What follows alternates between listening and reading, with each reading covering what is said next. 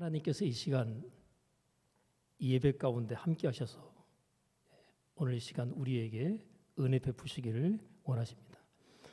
오늘 말씀의 제목이 우리 마음 가운데 들어와서 이 제목 그대로가 내 인생과 삶 가운데 하나님께서 주시는 축복의 약속의 말씀이 되었으면 좋겠다 하고 마음 가운데 이 제목을 갖다가 여러분 마음 가운데 심으시기 바랍니다.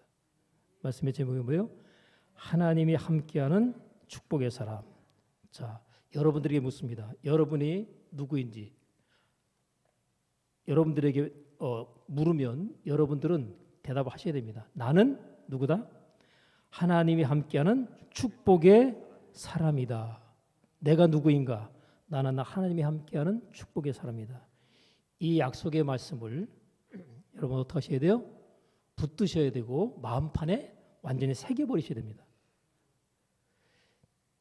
여러분의 모습과 처지 형편을 계산하거나 따지지 마시고 하나님께 주신 약속의 말씀을 내 마음판에 내가 가져와서 심는 자체로부터 하나님의 역사는 시작이 됩니다. 나는 하나님이 함께하는 축복의 삶이라는 사실을 여러분들이 깨닫지 못하고 믿지 못하고 인정하지 않고 받아들이지 않으면 하나님께서 그 사람의 인생 가운데 아름다운 일, 좋은 일, 기적의 역사를 나타낼 수가 없습니다. 왜요? 안 믿으니까. 여러분, 예수 믿으면 죄사함 받고 구원받는다라고 하는 그 약속의 말씀은 그거 한 가지만 믿고 신앙생활하면 이게 얼마나 여러분 이 땅에 사는 날 동안 피곤하고 힘든지 아세요? 하나님께서 주신 은혜와 축복의 무수히 많은 말씀들은 전부 다 패스하고 나는 예수 믿어서 죄사함 받고 이제 하나님의 자녀 돼서 천국 간다. 요거 하나만 딱 붙드는 게 원수마귀가 가장 좋아하는 겁니다. 그나마 그거 하나 붙들고 있는 그것도 내가 하나님이 함께하는 축복의 사람이라는 이 사실을 믿고 나의 삶 가운데 체험적인 신앙으로 그것을 갖다가 삶 가운데 경험해 나가지 않으면 그나마 내가 예수 믿고 죄사함 받아서 하나님의 자녀 돼서 천국 간다. 이 약속의 말씀도 나중에는 놓쳐버리게 됩니다. 그나마도 놓쳐버리게 돼요. 때문에 내가 하나님이 함께하는 축복의 사람임을 내 삶 가운데 믿고 내가 체험하면서 살아가다 보면 모두 저절로 와요? 천국 가는 거 당연히 자연스럽죠. 그죠? 하나님 나라에서 받게 되는 상도 역시 마찬가지로 자연스럽게 따라오겠죠.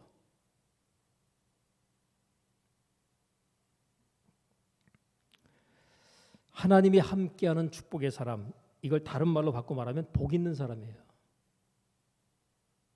여러분 스스로 갈 때 여러분 복이 있는 것 같아요, 없는 것 같아요? 복이 있다고 생각하면 그 사람은 복 있는 사람으로서의 삶을 경험하게 됩니다.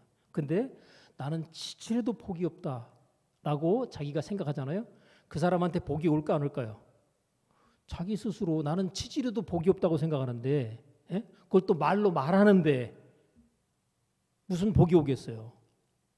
여러분 말한 대로 하나님이 되게 하시는 것은 하나님이 정해놓은 원리입니다. 생각한 대로 되게 하는 것도 하나님께 정해놓은 원리예요. 법칙이에요. 때문에 사실에 기초한다라고 생각해서 여러분들이 너무 정직하게 내가 지금 하나님 앞에 복받을 만한 어떤 행동을 지금 하고 있지 못하다고 하는 이유 때문에 나는 복받을 만한 자격 없다고 생각하는 것은 그것은 원수마귀가 좋아하는 얘기예요.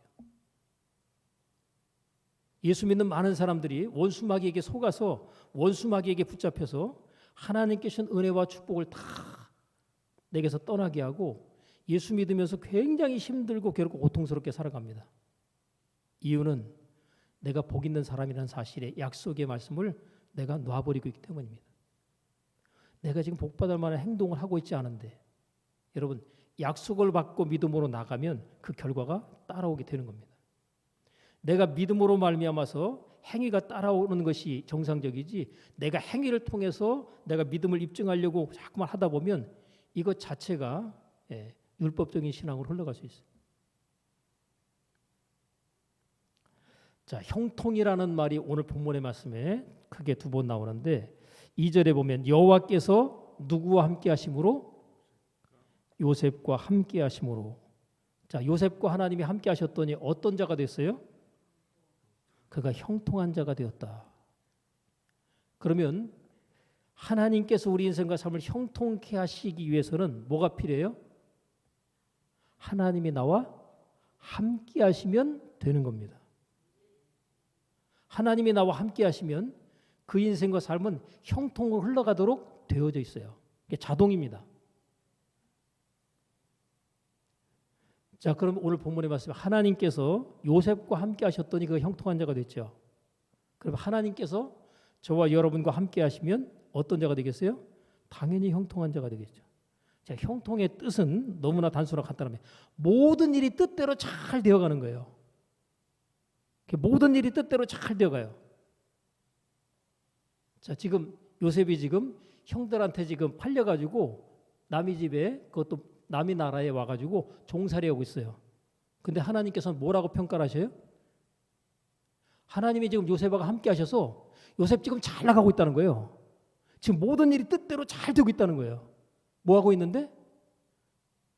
형들한테 미움받아서 팔려가지고 종으로 지금 살고 있는데 하나님께서 요셉은 지금 모든 일이 뜻대로 잘 되어져 가고 있다 라고 지금 성경은 얘기하고 있는 겁니다. 자, 여러분의 삶을 갖다가 지금 요셉보다 더 인생을 돌아볼 때 요셉 같은 인생 있어요, 없어요? 그 정도 아니죠. 남의 집에 팔려가지고 그것도 인신매매 당해가지고 남의 집에서 정말 기약 없이 종살이한다. 그러면 그게 지금 뜻대로 잘 되어져 가는 형통입니까? 근데 성경은 지금 요셉이 지금 남의 집에 종으로 팔려서 거기서 기약 없는 종살이하고 있는데 하나님이 그럼에도 불구하고 하나님이 요셉과 함께 하시기 때문에 그가 형통한 자가 되었다라고 얘기합니다. 지금 잘 됐다는 거예요. 뭐가요?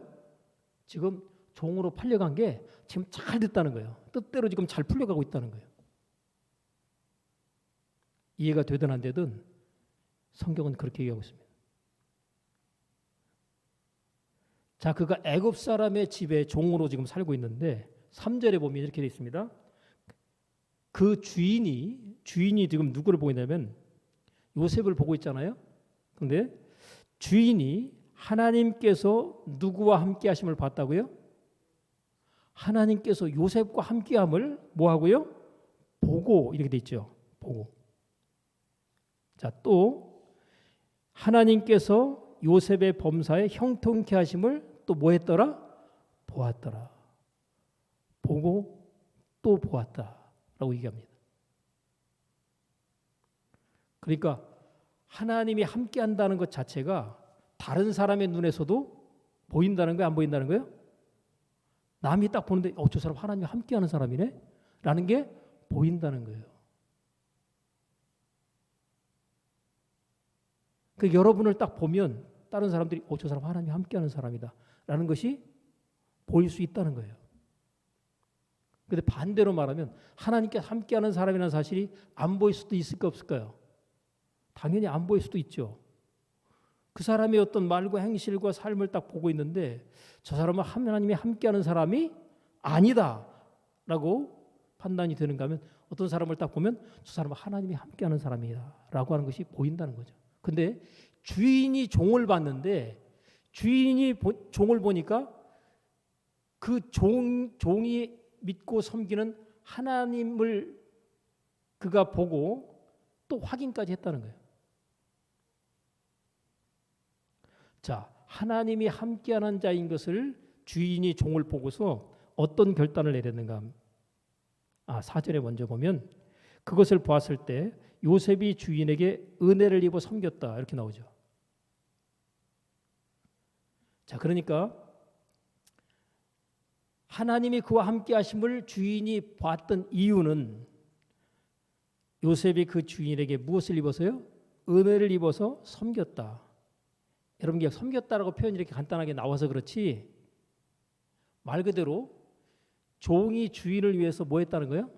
충성을 다해서 최선을 다해서 주인에게 유익하도록 일했다는 거예요. 여러분, 어떤 사람이 회사에서 이렇게 일을 하는데 사장이 그 사람을 갖다 이렇게 볼 거 아니에요. 예의주시에서 보게 돼 있거든요. 그러면 예의주시에서 보니까 내 일처럼 일을 열심히 한다라고 주인이 그 일하는 사람을 보게 되면 어떨까요? 믿을만하죠. 그죠? 보는 데서만 아니라 보지 않는 데서도 그렇게 하면 그것에 대해서 사장이 눈여겨봤다가 어떻게 하겠어요? 자기가 해야 될 일을 그 사람한테 맡깁니다. 이걸 위임이라고 그래요. 오늘 본문에 와서 또 그걸 위임했다라고 얘기하는데 내 일을 남이 내 일처럼 해준다 그러면 내 일처럼 하니까 그에게 맡기게 돼요. 또 중요한 어떤 일들을 더 맡기게 됩니다. 여러분 이 보디발 장군이라는 이 사람의 집에 종이 하나였을까요? 여럿이었을까요? 여럿이 있을 거 아닙니까? 그 여럿 있는 종 가운데 어떻게 보면 신입이 들어와 가지고 지금 그 먼저 했던 종들 다 뒤로 하고 이 신입한테 모든 일을 다 맡겼어요. 좀 미움 좀 받을 것 같죠, 그죠? 여러분 일 열심히 하고 주인에게 충성 열심히 하면요, 다른 사람 시기 질투해요. 혹시 여러분 나름으로 열심히 했던 시기 질투 받고 있다. 그럼 여러분 잘하고 있는 거예요. 근데 아무도 시기 질투를 안 한다 나를. 그러면요, 그 사람은 그렇게 잘하는 게 아니에요. 열심히 하면 시기 질투를 받습니다. 그거 각오하셔야 돼. 근데 누구한테 시기 질투 받아요? 자기 경쟁 대상자들에게 시기 질투 받지만 누구에게는 인정받아요? 주인에게는 인정받는 거예요. 지금 주인에게 인정받는 그런 종으로서의 일을 잘 감당하니까 이 주인의 입장에서 이 요셉에게 자기의 일에 가장 중요한 일들을 다 맡기는데 그 맡기는 그 내용 가운데 보면 종들 중에서 최고의 종으로 인정을 하니까 이 종을 갖다가 뭐라고 하냐면 청지기라고 얘기하거든요. 그러니까 종들 중에서 청지기를 갖다 딱 보면 이 청지기는 종의 일을 하는 게 아니라 어떤 일을 할까요? 주인의 일을 합니다. 종인데 누구 일이요? 주인의 일을 하는 거예요. 그러니까 직접 막 일하는 게 아니라 뭐예요? 관리하는 거죠. 그러니까 종인데 종의 일을 하지 않고 주인의 일을 하는 게 바로 청지기다. 그러니까 청지기는요, 종이지만 항상 주인 의식을 갖고 일하는 거예요. 근데 우리가 종이지만 주인 의식을 갖고 일하는 사람은 나중에 청지기가 되고 자기 자신이 주인의 자리와 위치에 올라가게 됩니다. 근데 종의 의식을 갖고 주인 의식이 없이 일하잖아요. 평생 종 노릇하면서 하는 겁니다. 못 벗어나요. 왜? 의식 자체가 주인 의식이 아니라 종의 의식이니까. 여러분 일하는 거 보니까 종의 의식을 가지고 있는 사람은요, 내가 정해진 시간 그때만 딱 일하고 딱 끝납니다. 일이 더 해야 될 수밖에 없는 상황이 벌어졌더라도 내가 여기까지만 일하면 되지 하고 딱 스톱을 해요. 근데 주인 의식을 갖고 있는 사람은 뭐예요? 주인은 끝나고 난 다음에 끝난 게 아니라 뭐예요? 이게 내 일을 갖다가 더 해야 되겠다고 판단이 되면 하는 겁니다. 이게 바로 이제 주인의식이에요.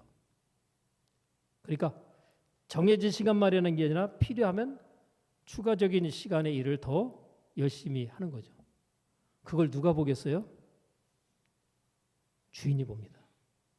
여러분 안 좋은 일 하다 들키면 혼날 수 있지만 좋은 일 하다가 들키면 어떻게 되겠어요?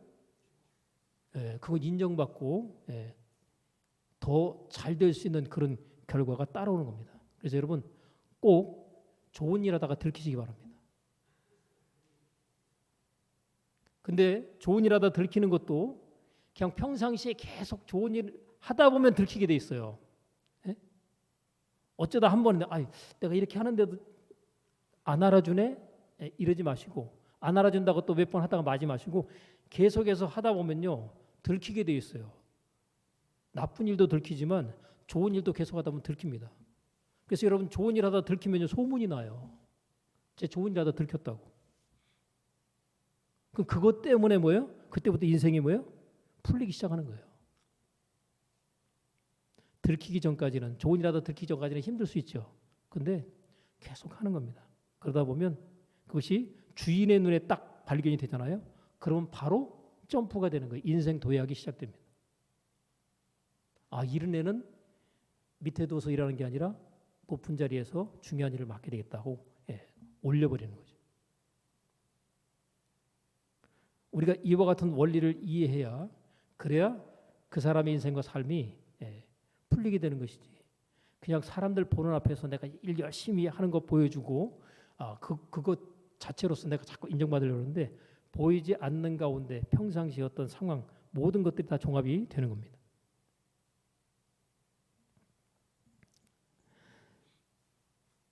자, 하나님께서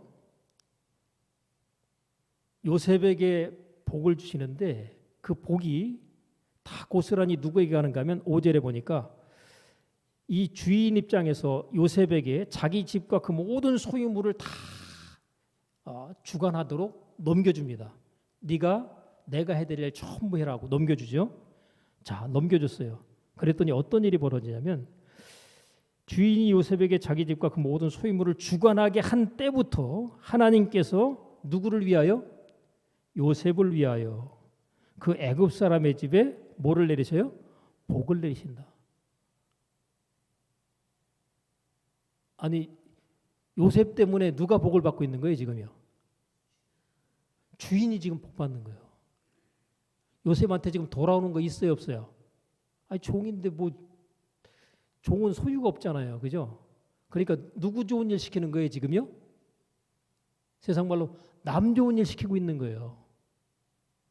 자, 여러분 남 좋은 일 시키고 싶어요, 싫어요? 나한테는 이익이 별로 없는데 남한테는 막 유익이 막 많이 가는 거예요. 돌아오는 게 없으니까 난 남 좋은 일이 아니라 내 좋은 일만 해야 되겠다라고 생각할지 모르지만 남 좋은 일 위해서 일하다 보면 그게 뭐예요? 그게 나중에 내 좋은 일이 되는 겁니다.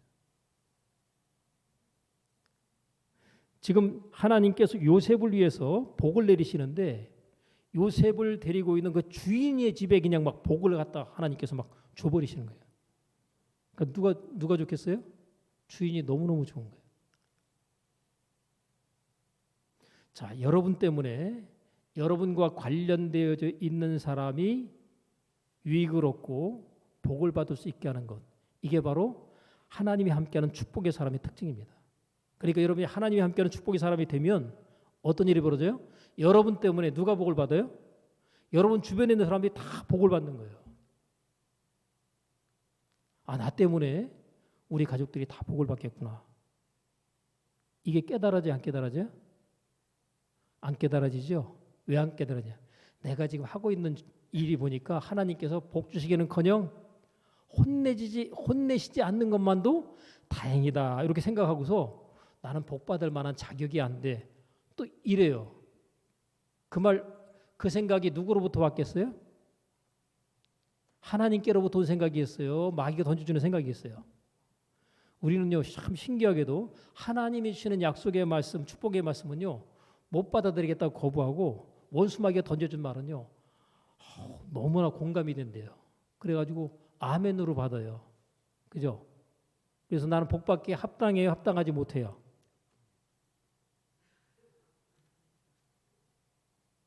내 주제에 무슨 복을 받는 내가 지금 하고 있는 거 봐봐. 이러면서 복 받기에 합당하지 못하다고 내가 생각하고 인정을 해버립니다. 누가 던져준 생각이요? 원수마귀가 던져준 생각이에요. 그 생각이 그럴듯한 것 같죠? 논리에도 맞는 것 같죠? 이성적으로도. 그죠? 내가 지금 하고 있는 꼴을 봐도 내가 복 받기는 합당하지 않다고 생각할 수 있죠. 그죠? 이게 누가 던져준 생각이라고요? 원수마귀가 던져준 생각입니다. 그럴듯한데 그게 원수마귀로부터 온 생각이에요. 하나님은 그럼에도 불구하고 뭐예요? 내가 너를 사랑한다. 내가 너를 통해서 나의 영광을 나타내길 원한다. 이게 하나님의 약속의 말씀이고 축복의 말씀이에요. 여러분 부모 입장에서 자녀가 아무리 못해 보여도 그 자녀가 어떤 상황 가운데서도 그 자녀는 내 자녀인 겁니다. 그래서 자녀가 잘 되길 바라겠어요? 잘못되길 바라겠어요? 당연히 잘 되길 바라죠.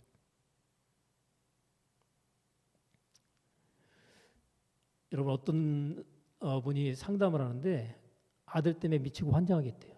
아들이 나이 30이 넘었는데 나가서 일은 안 하고 집에서요.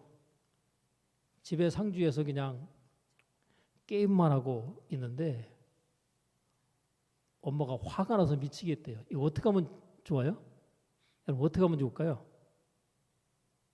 나가서 일해도 시원찮을 판에 그냥 집에서 그냥 해주는 밥 먹고 그냥 게임만 하고 있는 거예요. 그 직장을 갔다가 또 구하러 이렇게 나가잖아요. 그럼 또 가가지고 또 어떻게 또 다녀요.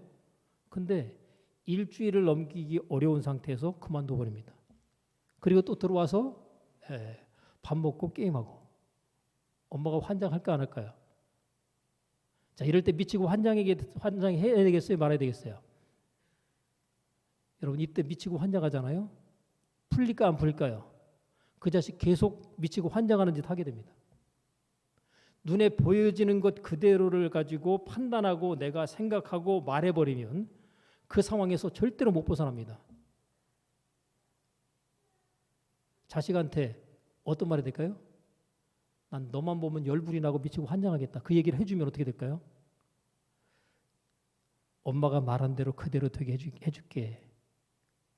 라고 속으로 아이가 생각할 수도 있겠지만 그거와 상관없이 하나님께서 하신 말씀이 너의 말이 네 귀에 들린 대로 내가 행하겠다. 그러니까 지금 아들에 대해서 미치고 환장하는 생각과 그리고 말을 했잖아요. 그러니까 그 아들은 그 말을 그대로 그 행동을 그대로 할 수밖에 없어요. 왜요? 하나님이 정해놓은 원리와 법칙이라니까요. 왜? 네가 생각한 대로 내가 말한 대로 되게 해주겠다. 이게 하나님이 정해놓은 거예요. 우리가 이걸 갖다가 인식하지 못하면 이 역으로 한다는 게 굉장히 어렵거든요. 지금 보이는 대로 보면 화가 나죠. 화가 나고 또 화가 나기 때문에 그 화난 것을 갖다가 그냥 생각을 갖다 또 말로 표현한단 말이에요. 근데 상황은 달라지거나 바뀌어지지 않고 계속 그 상황이 갑니다.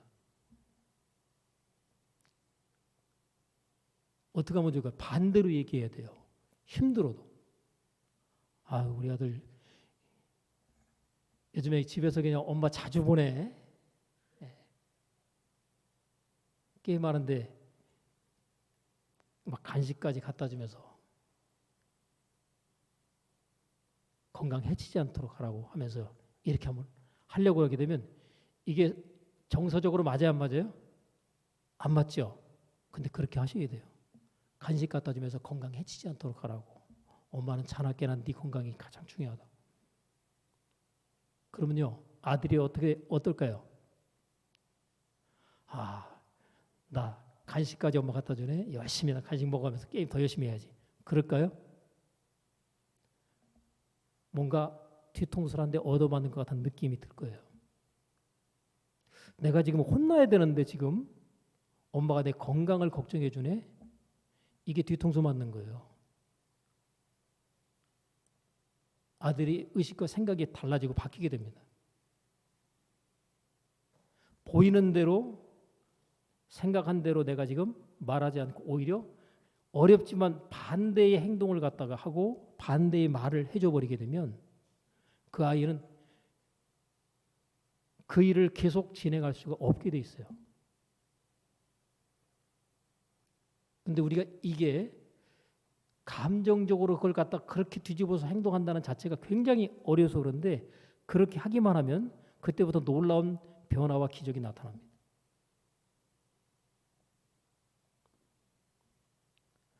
여러분 하나님께서 우리에게 요구하신 게 뭐예요? 범사에 감사하라. 아들이 지금 나이 30 이상 먹어가지고 지금 집에서 게임하고 있어요. 속 뒤집어지죠. 화나죠. 그럼 아들이 나가서 교통사고 나가지고 중상이 돼가지고 이렇게 누워있으면 어떨까요? 그건 괜찮아요? 지금 아들이 지금 건강하다는 자체만으로도 지금 뭐야? 엄청나게 감사하잖아요. 근데 감사가 안 보이고 지금 애 때문에 지금 속에서 화나고 열불나는 그 생각만 나는 거예요. 여러분, 상황이 안 좋아졌을 때, 악화됐을 때 오히려 감사를 하게 되면 상황이 반전이 이루어집니다. 근데 거기서 원망과 불평으로 신세 타령하게 되면 상황 자체는 절대로 달라지거나 바뀌지 않는 그 상황이 계속 갑니다. 우리가 흔히 악순환이라고 하는데, 신세 타령하면 돼야 안 돼요? 신세 타령하면 그 신세 타령 계속 하는 상황이 진행됩니다. 여러분, 지금 요셉이 지금 형통한 자가 됐다고 성경은 말하고 있는데 우리가 볼 때는 전혀 형통하지 않아 보이거든요. 근데 지금 형통으로 가는 과정 속에 있는 거예요. 애굽의 국무총리가 되기 위해서 필수 코스로 지금 어디요? 애굽으로 팔려오는 그 일부터 시작이 된 겁니다. 저와 여러분의 인생 가운데서 역시 마찬가지로 내 삶 가운데 어떤 상황과 환경이 주어졌던지 간에 그 상황을 어떻게 만들어야 돼요? 최종의 해피엔딩으로 하나님께서 약속하신 은혜와 축복의 그 상황으로 내가 지금 어떻게 가고 있다? 지금 흘러가고 있다. 이것을 깨닫는 게 중요합니다. 이거 깨닫지 않으면 내 앞에 주어져 있는 모든 상황 자체를 놓고서 그냥 바라보게 되잖아요. 과정 속에 있는 어떤 한 부분을 딱 보게 되면 원망과 불평이 될 수 있어요. 상황만 놓고 보면. 근데 결론은 뭐예요? 하나님께서 합력해서 선을 이루신다. 내 인생과 삶 반드시 아름다운 결과로 열매 맺게 되어진다. 내 인생과 삶을 통해서 나는 반드시 하나님의 영광을 누리고 간증하게 되어진다. 이 사실에 대한 것을 여러분 놓치지 말고 붙잡고 믿으셔야 됩니다. 이게 하나님이 함께하는 형통한 사람의 특징이죠. 여러분, 하나님께서 함께하는 사람에게 있어서 주시는 약속을 연결해 보면 이렇습니다. 너는 범사에 하나님을 인정하라. 그러니까 내 삶 가운데 이루어지는 모든 일들이 나의 선택과 결정으로 말미암아 됐지만 큰 틀 안에서 하나님께서 합력해서 선을 이루시는 계획 안에 있다는 사실을 우리가 인정해야 되는 거죠. 자, 우리가 모든 일에 있어서 하나님을 인정하면 하나님께서 우리 길을 지도하시겠다 그랬어요. 지도하신다, 인도하신다. 저와 여러분의 인생과 삶을 하나님께서 지금 지도하시면서 인도하고 있다는 사실이 깨달아지고 믿어져야 됩니다. 여러분, 그냥 생판 모르는 그 외지에 딱 떨어져가지고 그 지역을 갖다 내가 돌아다니려고 하게 되면, 더더구나 국내가 아니고 국외에 말이 안 통하는 곳에 내가 딱 떨어졌다고 가정하면 거기서 누가 필요해요? 가이드가 필요하죠. 가이드가 없으면요 굉장히 힘들고 답답할 수밖에 없겠죠. 근데 하나님께서 내가 내 인생의 가이드가 돼주겠다 이렇게 말씀하시는 거예요. 따라다니기만 하면 돼요. 그러면 다 알아서 그냥 편하게 모든 것들이 제공이 됩니다. 하나님께서 범사의 모든 일에서 나를 인정하면 내가 내 인생과 앞길을 지도하고 인도해 주겠다라고 약속하고 계십니다. 여기서 말하는 것도 뭐예요? 범사죠. 모든 일에 있어서 하나님이 내 인생에 지금 함께 하시고 개입하시면서 나를 돕고 계시다. 내 인생과 앞길을 이끌어가고 있다라는 사실을 여러분 놓치고 잊어버리면 안 됩니다. 우리가 하나님 앞에 잘못해서 넘어지거나 쓰러지거나 죄를 짓고 있는 그 상황 가운데서도 뭐예요? 하나님은 함께 하시는 거예요. 자, 거기서 이제 돌이켜야지, 이제 일어나야지, 이제 하나님의 뜻대로 다시 출발해야지, 이렇게 격려하시면서 함께하고 있는 거예요. 우리가 잘할 때만 하나님이 함께 하시고 잘못하고 있을 때 그때는 하나님께서 그냥 얼굴 돌리시고 계신 것 같지만 그렇지 않다는 거죠. 자, 하나님이 나와 함께 하신다라고 하는 사실을 성경에서는 뭐라고 표현하고 있죠? 임마누엘, 하나님이 우리와 함께 계신다 그러죠. 하나님이 나와 함께하고 있다는 사실을 하나님께서 약속으로 주셨는데, 예수님께서 오시고 난 이후에 예수님께서 이럽니다. 내가 세상 끝날까지 너희와 항상 함께 있으리라. 근데 이 약속을 우리가 놓쳐버리거나 잊어버릴 때 있죠. 내가 생각하는 대로 의도대로 뜻대로 뭔가 일이 잘 안 되고 풀리지 않으면 뭐예요? 하나님이 나와 함께 안 계신 것 같죠? 아니요. 함께 하신다고 약속하셨다니까요. 그러니까 내 뜻대로 안 돼도 뭐예요? 하나님께서 내 인생과 앞길을 선히 인도하고 있다는 사실을 깨닫는 게 중요합니다. 그리고 하나님이 나와 함께하고 있고 내 인생 가운데 관여하고 있다는 사실을 우리가 잊지 않고 그것을 깨닫고 기억하게 되면 내 인생과 삶 가운데서 내 뜻대로 안 풀렸던 어떤 상황들이 뜻대로 풀려지는 상황으로 반전이 일어나기 시작해요. 이게 깨닫느냐 깨닫지 못하느냐의 차이입니다. 하나님이 지금 나와 함께 하셔 나는 형통한 자로서 인생을 살아간다는 사실을 믿음으로 고백하고 주장을 하셔야 돼요.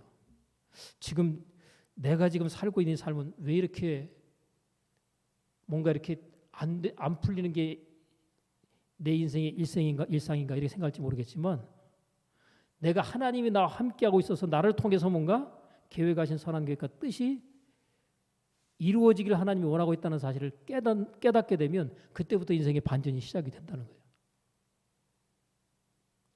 그걸 깨닫는 사람은 내게 지금 주어진 상황 속에서 내가 할 그 일을 그냥 묵묵히 최선을 다해서 하면서 가는 겁니다.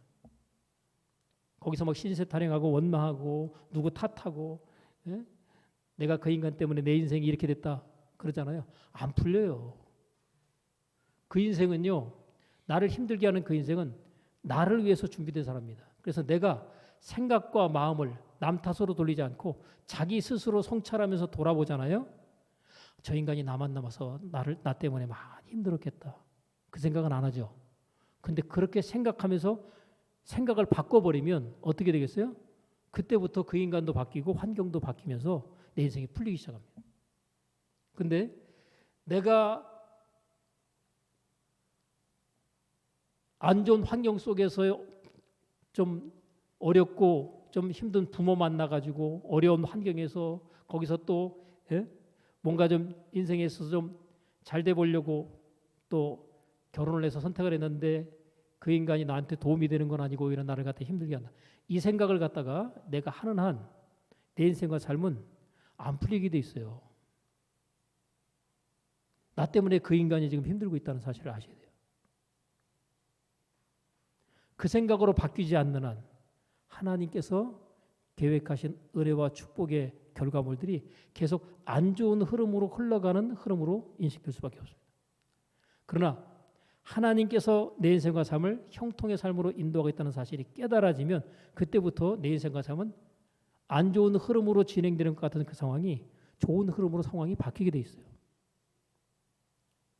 여러분 TV 채널을 딱 봤는데 막 그냥 내가 원치 않은 어떤 그 TV 내용들이 쫙 나오고 있어요. 그러면요, 그거 보면서 왜 이렇게 TV가 이렇게 안 좋은 내가 원치 않는 그런 그 내용만 나오냐고 여러분 타령하실래요? 그럴 때는 어떻게 하셔야 돼요? 리모컨으로 그냥 채널 바꾸셔야지, 그죠? 근데 채널 안 바꾸고 그냥 계속 그거 보면서 아우 난 이거 보기 싫은데 그러면서 계속해서 뭐 하고 있어요? 성질 내고 있어요.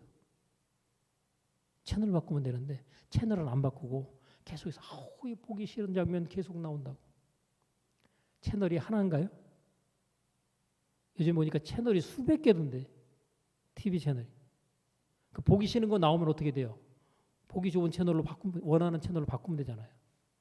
근데 그 채널은 안 바꾸고 계속 보기 싫은 거 보면서 막 성질나고 짜증나고 막 그러잖아요. 요즘엔 리모컨도 이제는 잊어버리잖아요. 그죠? 리모컨도 그냥 어디다 뒀어 저기다 뒀어 해가지고 막 그러다 보니까 더 편리하게, 그죠? 그냥 아무개야 몇 번 틀어 그러면 그냥 채널이 확 바뀌어버려요. 나 이 채널 보기 싫어. 나 다른 채널 볼래 하고 내가 말을 딱 해버리면 어떻게 되겠어요? 내가 원하는 채널로 딱 바뀌는 거예요. 나 이렇게 인생 살기 원치 않아. 나는 이제 이런 인생 살 거야 하고 내가 다른 인생으로서 인생 채널을 갖다가 내가 말하고 고백하고 선포하고 가게 되면요. 내가 원하는 인생 흐름으로 채널이 바뀌는 거예요. 다른 사람이 와서 바꿔줄까요? 자기가 바꿔야 될까요? 내가 바꾸는 겁니다. 여러분, 누구 때문에 내가 힘들다고 생각하지 마시고 나 때문에 저 사람이 힘들겠다. 내가 잘해 저 사람이 저 사람까지 잘 되게 하고 복을 받게 해야 되겠다. 라고 생각하면서 내 인생 채널을 갖다가 내가 원하는 채널로 바꾸셔야 돼요.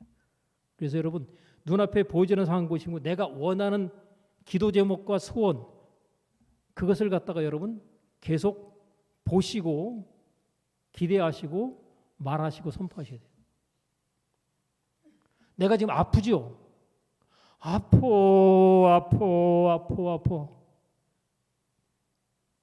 아픈 채널에 고정되어 있을래요? 이쪽 채널 딱 돌리면 여기는 나았습니다.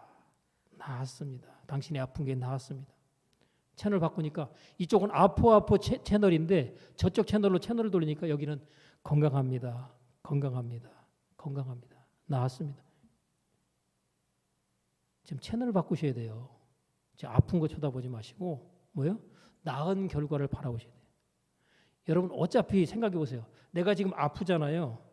아픈데 내가 아픈 결과가 일주일 후에는 안 아플 수 있다라고 생각되면요. 아픈 거에 집중하지 않습니다. 그래서 여러분 감기 걸렸다 그러면요. 감기 때문에 고민합니까 안 합니까? 약 좀 먹고 내가 좀 이렇게 좀 쉬고 그렇게 좀 하면 이거 나을 거다. 신경 써 안 써요? 그것 때문에 신경 안 쓰죠. 그래서 낫는 거예요. 빨리. 내가 지금 어떤 중병에 걸렸다 할지라도 그것 자체에 집중하면 회복이 안 됩니다. 여러분 제가 건강 관련된 책들을 갖다가 보다 보니까 암은 죽을 병이 아니다. 말기암 걸렸다가 살아난 사람들이 얘기들이 굉장히 많더라고요. 보니까 뭐 책으로도 많이 나오고 암은 죽을 병이 아니래요. 근데 왜 죽느냐? 암에 대한 공포와 두려움 때문에 죽는다는 거예요. 그 사람의 생각, 두려움. 그러니까 두려워하면요. 땡겨져요. 죽을 날이. 두려워하잖아요. 안 좋은 일이 땡겨옵니다. 그래서 하나님께서 뭐라 그래요? 성경에 보면 누가 셌는지 모르겠지만 두려워하지 말라는 말이 365번 나온다고 그러더라고요. 그래서 하나님이 우리가 어떤 일로 고민하고 막 그러잖아요. 그럼 뭐라 그래요? 염려에 대해서는 두려워하지 말라고 그러고 맡기라고 그러고 두려워 말라 내가 너와 함께함이라. 하나님이 함께하면 두려워할 필요가 있어요 없어요? 없죠. 근데 하나님이 함께하지 한다는 사실을 내가 잊어버리고 놓쳐버리고 있으면요. 두려워하는 거예요. 하나님이 함께 하시겠대요. 하나님께서 함께 하시겠다고 하게 되면 하나님이 치유자잖아요. 그죠? 치유자 대신 하나님이 나와 함께 하시면 내 병 낫겠어요? 계속 놔두시겠어요? 여러분 간혹 보면은요. 고통받는 거 또 질병으로 고통받는 것 자체를 하나님의 뜻으로 받아들이는 사람들 있잖아요. 그 사람은 계속 고통받는 거예요. 여러분이 부모 입장에서 자식이 병에 걸려가지고 계속 고통받는 거 원해요 안 원해요? 위에는 병 들어서 고통 좀 받아봐야 돼. 그거 원하는 부모 있어요? 근데 우리가 생각할 때 내가 하나님 앞에 잘못한 게 있어서 난 벌 받으니까 이렇게 고통 받아야 돼 라고 하는 것을 내가 뭐예요? 스스로 생각하고 그것을 갖다가 받아들여서 스스로 몸의 병을 일으킵니다. 여러분 죄책감을 여러분들이 갖고 있잖아요. 뭐에 대해서? 그럼 그 죄책감이 내 삶 가운데서 안 좋은 일의 결과들을 만들어내고 질병을 갖다 유발시킵니다. 그러면요. 그것에 대해서 내가 어떻게 돼요? 하나님의 말씀 안으로 들어가서 그 문제를 처리해야 되는데 그걸 또 인정해요. 벌 받아도 싸지. 그래서 나는 아파도 잘못한 것이 있기 때문에 난 아픈 게 맞다. 이렇게 이제 생각하고 그걸 인정하고 받아들이고요. 안 좋은 일이 생기면 내가 잘못한 것에 벌을 받는다. 이렇게 생각하고 그것을 또 맞춰버려요. 그러니까 못 벗어나는 거예요. 여러분 잘못한 것과는 별개로 하나님 앞에 잘못해서 빨리 회개하고 처리하고 정리하고 정상으로 딱 돌아가면요. 문제는 잠깐 어려움이 오지만 빠른 시간 안에 모든 문제들은 즉각적으로 회복되고 처리가 될 수 있습니다. 근데 우리는 오랜 시간 동안 질질 끌죠. 고통과 질병을 오랜 시간 질질 끌고 가죠. 근데 여러분 진짜 내가 오늘부터 하나님께서 내 인생과 삶 가운데 아름다운 일, 축복의 결과들을 준비해 놓고 계시다는 사실이 깨달아지는 게 중요합니다. 하나님이 나와 함께 하신다고 말씀하시는 약속을 붙드셔야 돼요. 이제까지 여러분이 하나님이 함께 한다는 사실 머리에서 알고 있었죠. 그죠? 근데 실제적으로 마음 가운데 완전하게 심어놓지 않았기 때문에 내 인생과 삶 가운데 일어나는 모든 일들에 대해서 하나님이 합력해서 손을 일 거야. 내 인생과 삶은 형통이야 라는 사실로 고백하셔야 돼요.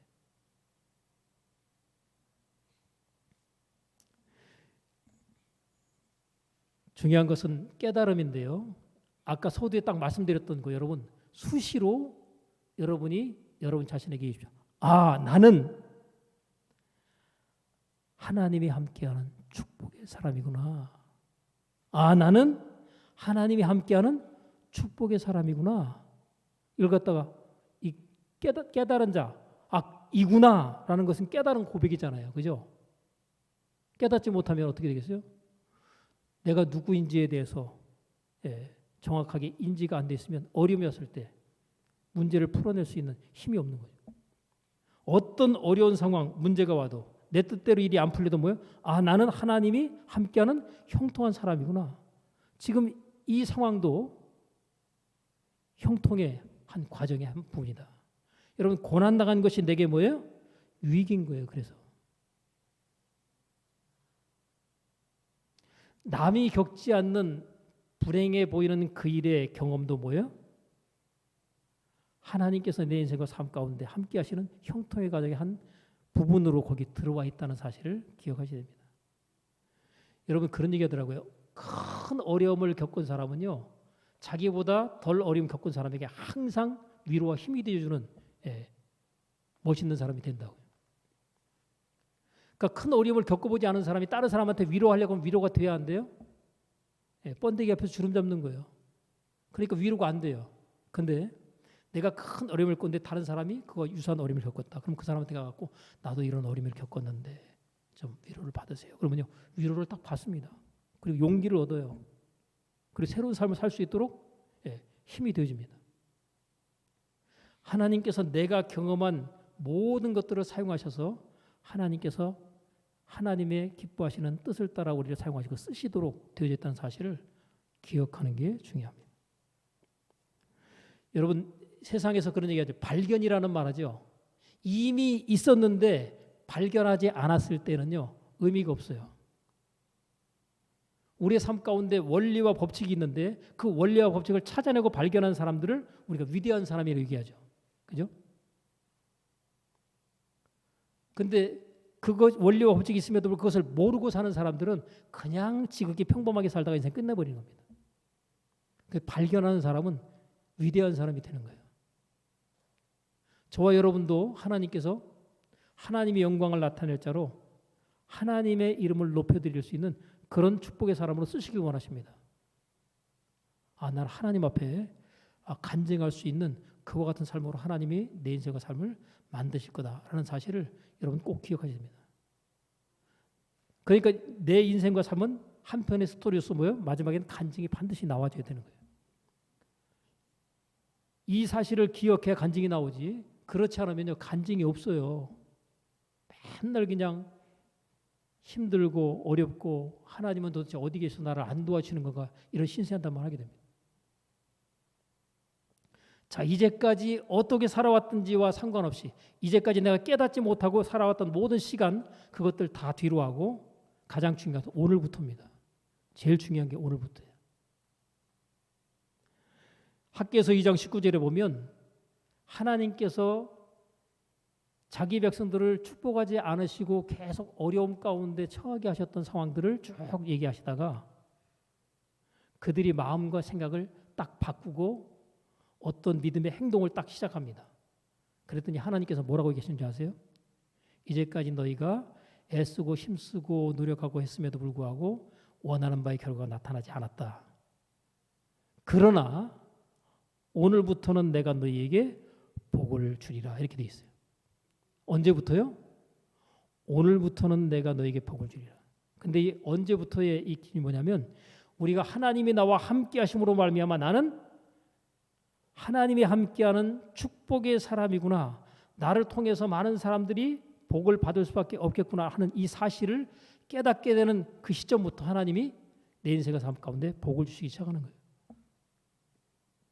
나 때문에 다른 사람들이 복을 받게 되었다고 얘기하는 그런 고백들이 나오게 되어지는 겁니다.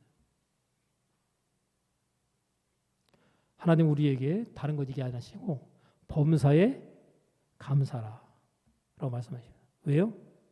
하나님은 합력해서 선을 이루실 것을 준비해 놓고 계시기 때문에 우리는요 모든 일에 대해서 뭐예요?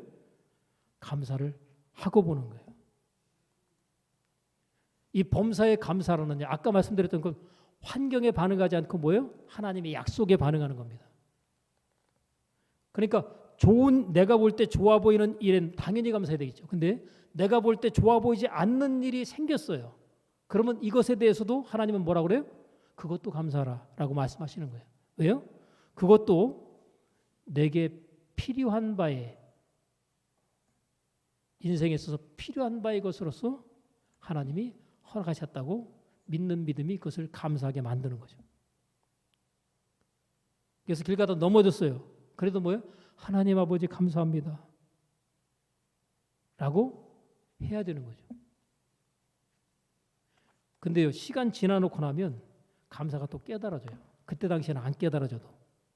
지나고 난 다음에 깨달아지는 게 많거든요. 그렇기 때문에 그냥 나중에 깨달아지고 난 다음에 감사하는 게 아니라 그냥 깨달아지기 전에도 미리 감사를 하고 갑니다. 그러면 감사하는 사람은요, 안 좋은 일이 왔다가도 오래 머물러 있지 않고 빨리 떠납니다.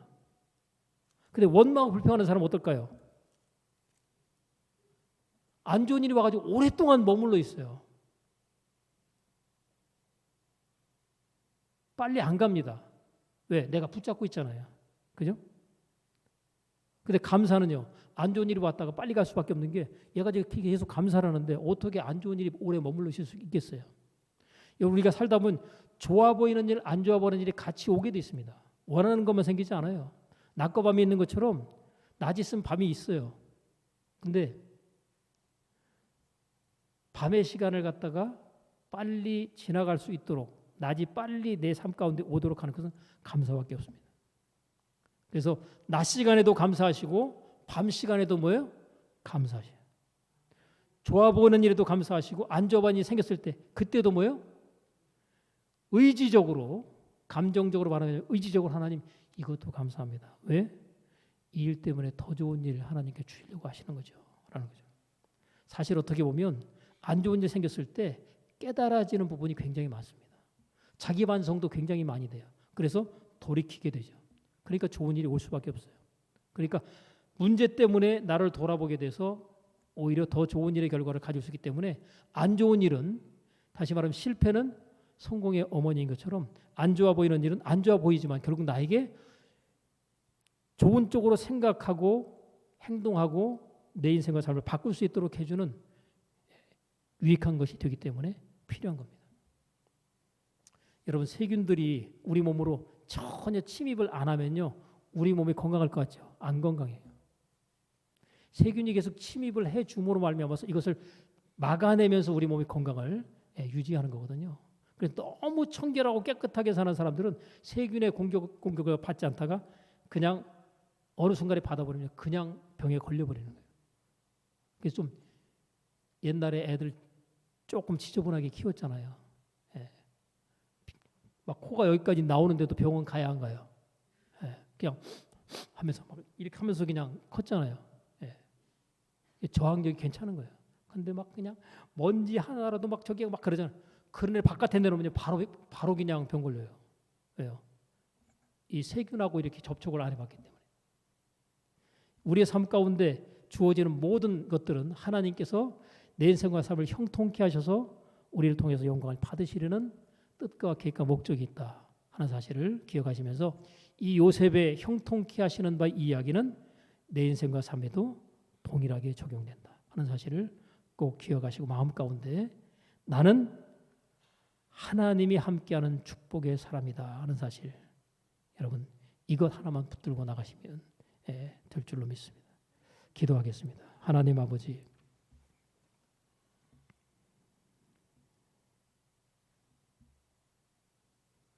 우리를 하나님께서 함께하는 축복의 사람으로 삼으셔서 우리를 통해서 찬송과 영광을 받으시기 원하신 줄로 믿사오니 감사합니다. 나 자신의 연약하고 부족하고 초라한 모습 바라보지 않게 하시고 나를 통해서 행하시고 나타내신 아름다운 일의 역사와 결과들을 믿음의 눈을 열어 바라보게 하사 하나님께서 원하시는 대로의 은혜와 축복의 삶으로 은혜 가운데 인도함 받아 하나님께서 내 인생과 삶 가운데 함께 하셔서 이와 같은 삶으로 내 인생과 삶을 복되게 하셨도다라고 하는 은혜와 축복의 고백이 우리 모두의 고백될 수 있도록 주님 역사하여 주옵소서. 예수님의 이름으로 감사하며 기도합나이다. 아멘.